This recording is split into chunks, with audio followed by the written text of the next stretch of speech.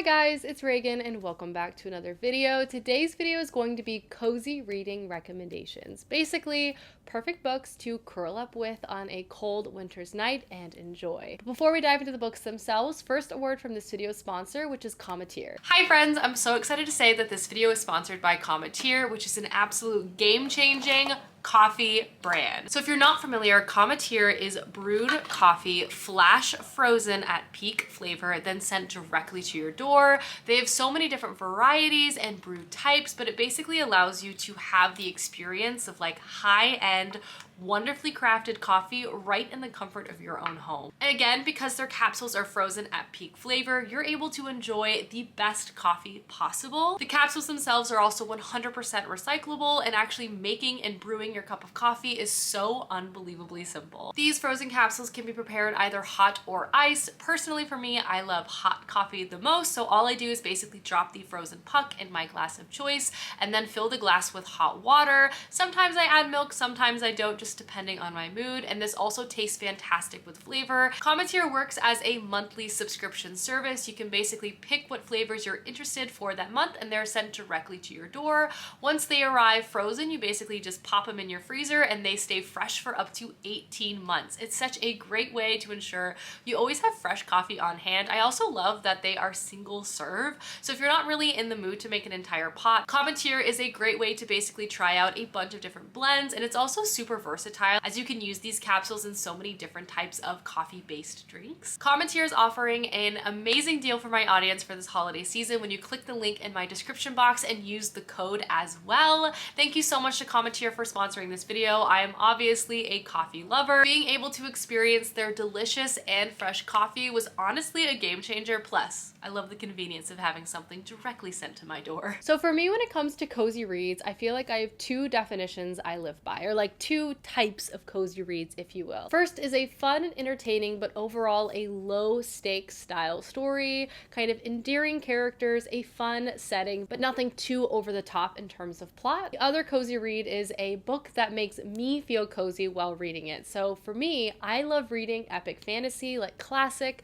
pastoral fantasy in the wintertime. For whatever reason, it just makes me feel very nostalgic, makes me want to curl up on the couch in front of the fire, and that is like a personal preference. So today I have books that fit into both of these categories, so without further ado, let's go ahead and dive right in. The first book is an ultimate low stakes fantasy cozy pickup. I read this book earlier this year, and honestly it just makes an incredible winter read, and that is Legends and Lattes by Travis Baldree. This book is just delightful. It basically follows our main character Viv, who is an orc barbarian. She has spent her entire life kind of trying to chase battle fame, make a name for herself, and moving from mercenary group to mercenary group, but now Viv is looking to start a new chapter in her life, and that is settle down in a new town and open up her dream coffee shop. And that is what this book is truly about. It is a contemporary story set in a fantasy setting, but we're really following Viv as she's creating, building, opening up this new coffee shop, making friends, hiring employees, testing out new recipes, introducing a bakery.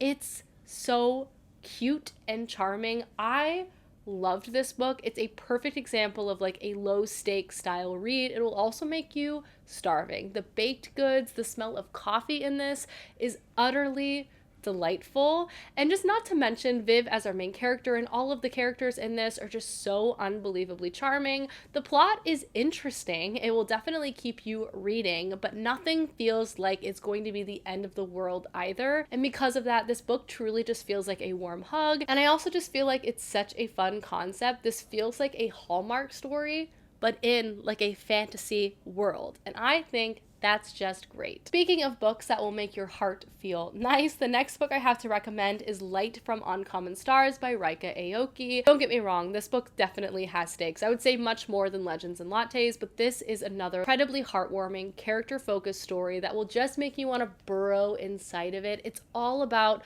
found family, second chances. It's so cute, but very, very emotional as well, and it does have quite a few trigger warnings. And in this story, we're following a small cast of characters, and it's set in the San Gabriel Valley of California, basically a neighborhood of LA. And it's just a very unique book. The first character we're introduced to is Shizuka, and she has quite literally made a deal with the devil, and to ensure she escapes damnation, she has to basically bring the souls of 7 violin prodigies to the underworld, and she's already delivered 6. So Shizuka is on the prowl for her final prodigy. So when our other main character, Katrina, a young transgender runaway, catches her ear, Shizuka thinks she has finally found her final soul. But when Katrina and Shizuka begin working together and Katrina actually moves in, a very different type of life begins to unfold in front of her. It's one of companionship, it's one of found family, as I've said, it's one of safety, it's one of love, and it's still one of music. This book centers music so much, and it's so beautiful. This sort of teacher-student relationship is absolutely delightful, but those are not our only characters. We also follow an owner of a donut shop, and this donut shop is run by an entire family, but they're not human. They're actually aliens from another planet, and they are here as kind of a last-ditch effort of basically trying to escape this incredibly large evil force, and all of these characters sort of run into each other. It's a very strange setup, like powered by magic and sci-fi, but the story itself has so much heart. So it really balances sort of the absurdity of the situation with like such real life, and it's delightful. And I love seeing these characters interact. I love seeing the spaces that they create for each other. It'll really touch your heart, and it was honestly delightful and also incredibly unique. Like, I truly could say I had no idea where this book was going, but I loved every single second of it. Next up, I have some more classic fantasy books to recommend. The first one is The Age of Myth by Michael J. Sullivan. This was a recent read for me, and I loved every single second of it. The second book is on my December TBR. I probably will read book 3 in January. Like, I cannot put these books down. They feel like such perfect winter reads.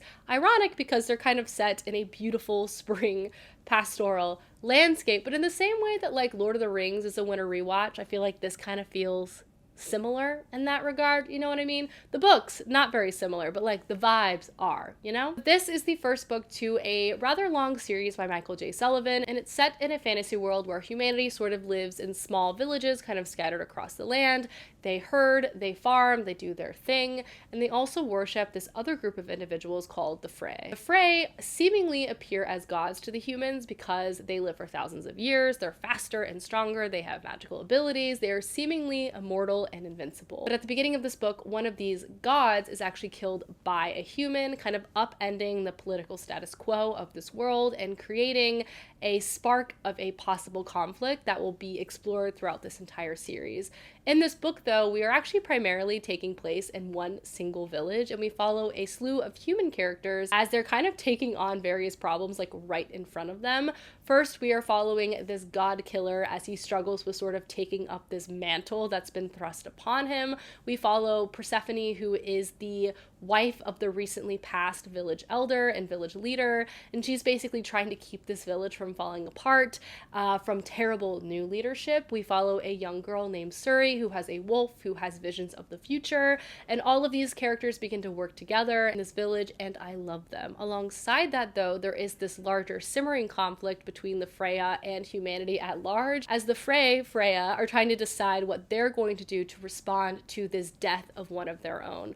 I loved book 1. It was so good and paced so well. Just the visual quality of this, the writing style, I loved it so much. It just felt like a classic fantasy pickup. I love books like this. It was truly and utterly delightful. Speaking of fantasy books that are just classic and just makes you feel kind of at home in them, the next book I have to recommend is The Goblin Emperor by Katherine Addison.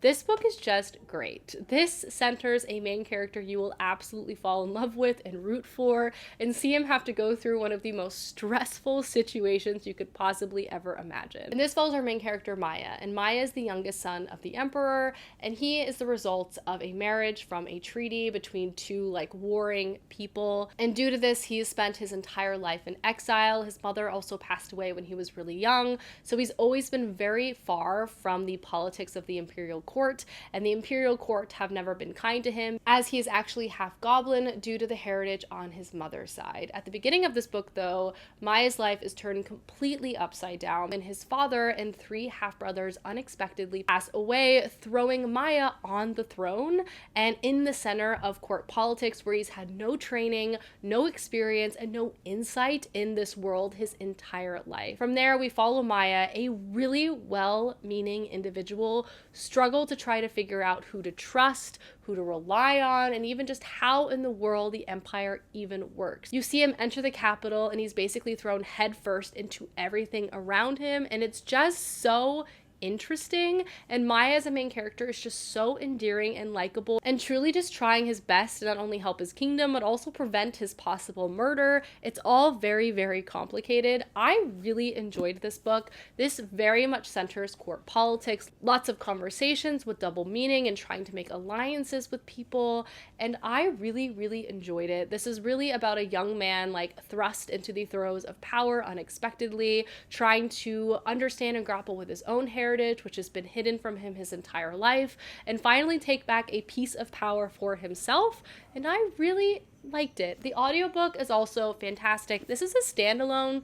Technically, there are like companion novels in this world, but this does read like as a whole story, and I really loved it, and I feel like it's a great winter cozy read as well. Next book I have to recommend is a middle grade story, which I don't know about you guys, I feel like I always crave middle grade at this time of year, and that book is Amari and the Night Brothers by B.B. Alston. This book is just amazing. By far and away one of the best new middle grade series to kind of enter the field, and this book follows our main character Amari, and Amari has never stopped believing that her older brother Quentin is still alive. So when she discovers a ticking briefcase in his closet, and when she opens it, she discovers an invitation to try out for the Bureau of Supernatural Affairs, and she knows it's a message from her brother. So she decides to accept, and from there, Amari is introduced to an entirely new world. This bureau is fascinating, and I think just such a fantastic concept to root this entire series. It's so cool because on the one hand, it very much functions like a magical school. We follow Amari as she starts to take classes.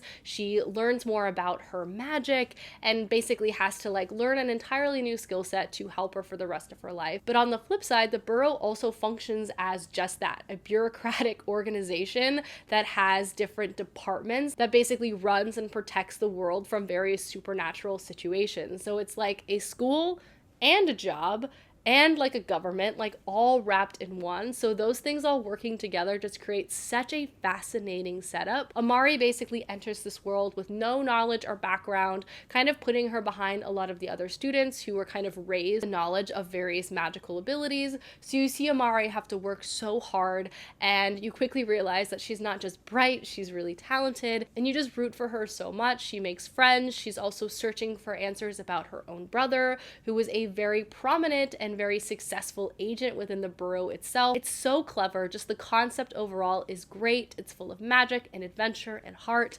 I love book 1. Personally, I'm going to be reading book 2 this winter. I just feel like middle grade provides incredible escapism, and if you haven't read Amari and the Night Brothers, you definitely should. This wouldn't be a cozy book recommendation video if I didn't recommend a book that would make you utterly freezing. This is definitely a book that will make you want to get cozy while you're reading it, because it just will make you feel so unbelievably cold, and that book is The Shadow of the Gods by John Gwynne. This is book 1 to a new trilogy by this author. Second book is already out too, so if you want to have a bit of a marathon moment, you definitely can. But this is a Viking Norse mythology inspired fantasy series, and wow, is it in a desolate landscape full of monsters and violence and the whole nine. It's a fantastic read.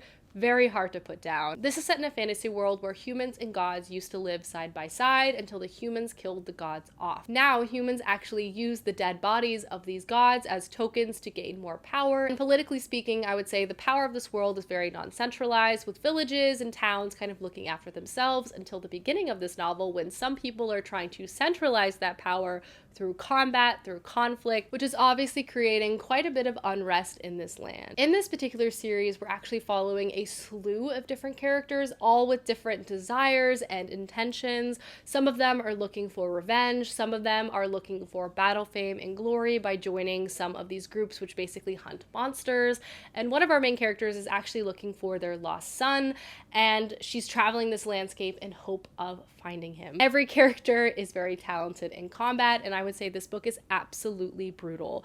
Viking combat and like the style of fighting is very, very prevalent in this book, and John Gwynne is very, very visual in how he describes that combat. This series is desolate, it's dark, it's gruesome, it's bloody, it has also a lot of travel. Just seeing the intersection of all of these characters and how their fates become intertwined is fantastic. All about the conflict between gods and humans, as well as the pursuit of power. It's amazing. I love book 1 and book 2. Both are totally worth picking up, and I promise will make you very, very chilly. And the last book I have to recommend is a cozy mystery option, a genre that I found and fell in love with this year. There's something about the whodunit style mixed with community and kind of lower stakes that just makes a delightful read. And the book I have to recommend is Arsenic and Adobo by Mia P. Manansala. This is actually book 1 to this author's like cozy food-oriented mystery series, and this will definitely make you hungry while reading it. I was starving basically every time I picked this book up. The food descriptions are incredible. And this follows our main character Lila, and she has recently moved back home after a very nasty breakup, and she feels like her life is kind of falling into all the classic rom-com tropes. She's working again at the failing family restaurant that no matter what they do, no matter how much everyone loves the food, just can never seemingly stay on the right side of the numbers. She also has to combat with matchmaking aunties, as well as trying to avoid her other ex-boyfriend, who is a food critic who lives in town as well. Until one day, that very man comes into her family's restaurant and drops dead minutes after having had lunch in their place. So now the cops are investigating not only his death, but also looking at Lila and her family as possible main suspects. Lila decides to take it upon herself to try to save not only her family's restaurant, but also try to solve this murder because she doesn't really trust anyone else to do it properly. So begins a food-oriented murder mystery story. This is very community-oriented. I travel to so many different restaurants in this small town. It's full of conspiracy and gossip and connection. It's really, really fun. I would say pretty intense for a cozy murder mystery. Like, there is still a mystery to be solved surrounding a death, but I would say the author really does a great job keeping it lighthearted. I also loved how much family was centered in this and food. It was just such a fast and fun read. I can't wait to read more books in this series, but if you're looking for a new cozy mystery series to check out, I highly recommend this one. Alrighty guys, those are my cozy reading recommendations for this winter. Again, big shout out to this video sponsor, which is Cometeer. I'll have a link to my special offer down below if y'all are interested. Thank you so much for watching this video, and I will see you soon with another one soon. Goodbye!